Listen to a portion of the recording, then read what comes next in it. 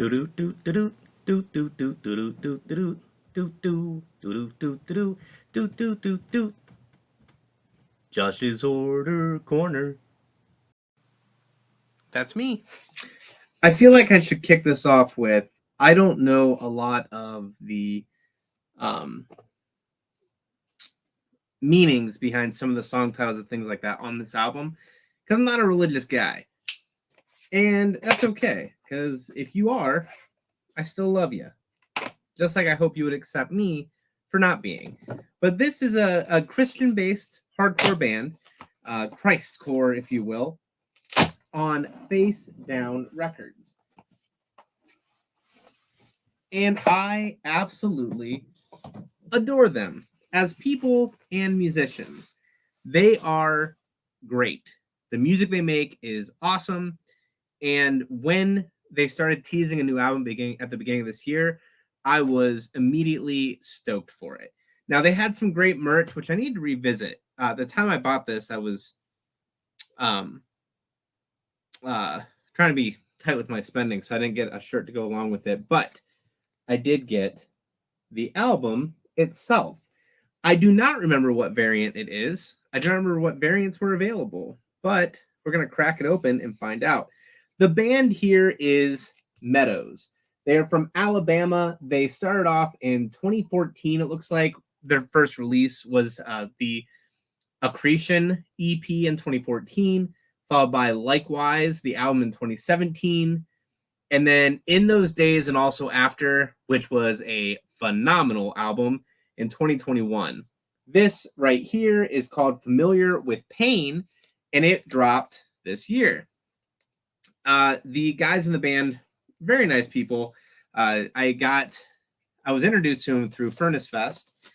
They were, how did this go? They played the first year I went, and then the second year I went, they were one of the opening show bands. So here is their latest album. Track listing is Innocence of Silence, Fury for the Taking, Old Friend, New Leaf, Heavy Eyes, Life and Death by the Sword, Kudzu Guilt, What is Truth, Barabbas, Silence of Innocence, 39X, and My God is Strong is the final track on it. Now, if I look at the bio on Face Down Records, it says Meadows returns with their sophomore album, Familiar with Pain. The new album follows the band's successful debut In Those Days and Also After, and will be released. It came out April 29th. Good Friday. Well played, Meadows. Well played. Familiar with Pain explores the thoughts and themes chronologically from Palm Sunday through the flogging of Christ that took place on that fateful Good Friday. Very well played with the timing of the album drop. The album considers each moment woven into the story of how Jesus knew what was ahead of him and chose to endure it for us. The Good Friday release date brings with it the focus title Familiar with Pain, which is derived from the book of Isaiah, referring to Jesus as a man of suffering and familiar with pain, a man who understands us. As we encounter the pain, the silence, the darkness, the suffering, and the weight of the world that surrounds us, we can endure it all because we remember that Christ endured the same for us.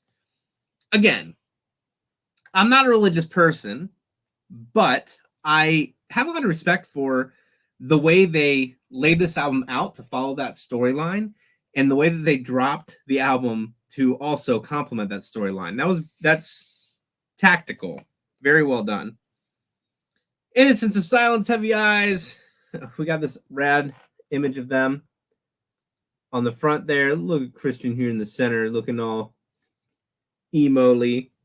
Christian Nielsen vocals, Evan Wagon on drums, Armando Pinagos on guitar, Stone Creole, that is a badass name, also on guitar, and Brandon Dabbs on bass.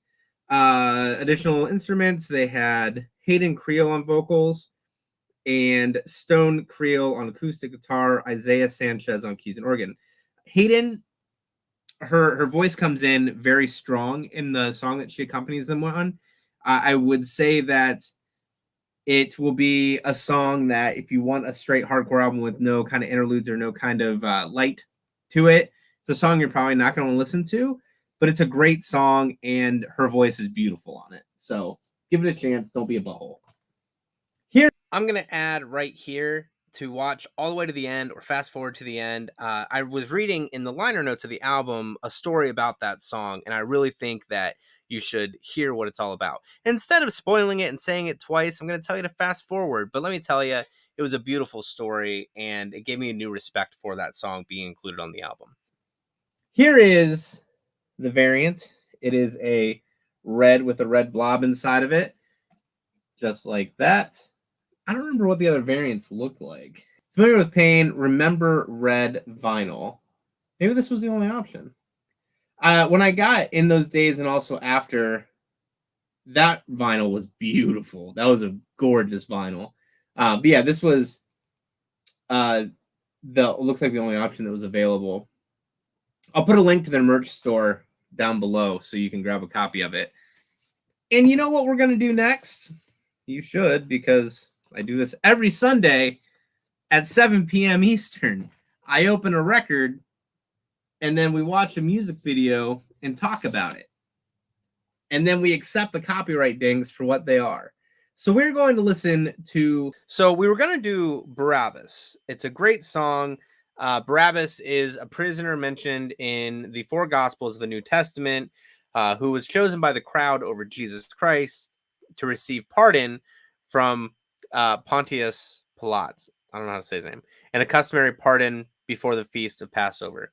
I Googled that. Instead, it's a great song. It's a great song. Go listen to it. But it's short. So I decided to pull out the old laptop. I have my reasons why I had to do that.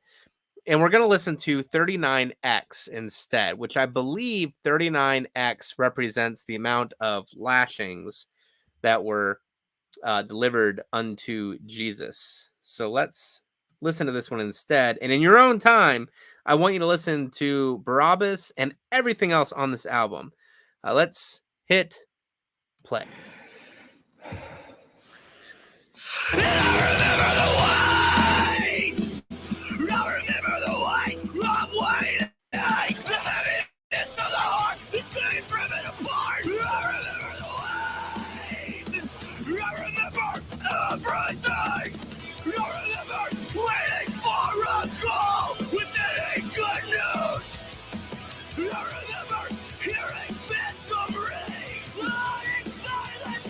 So non-stop.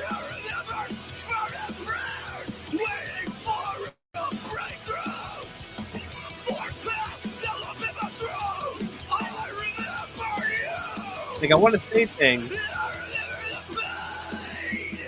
but the music just doesn't stop. I don't want to interrupt. I want to hear it.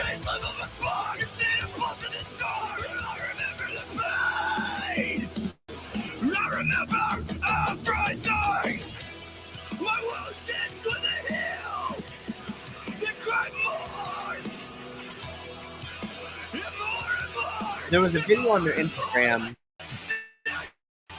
that they made a joke about it taking 39 tries to get the song done. But it was such an important song to them, they wanted to know that he did it right.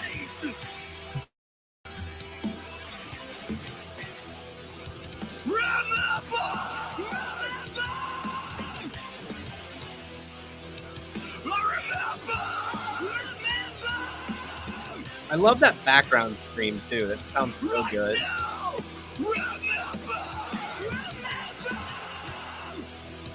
It almost sounds like Austin from The Undertaker. I remember the first time I heard it, I was like, "Is that Austin?"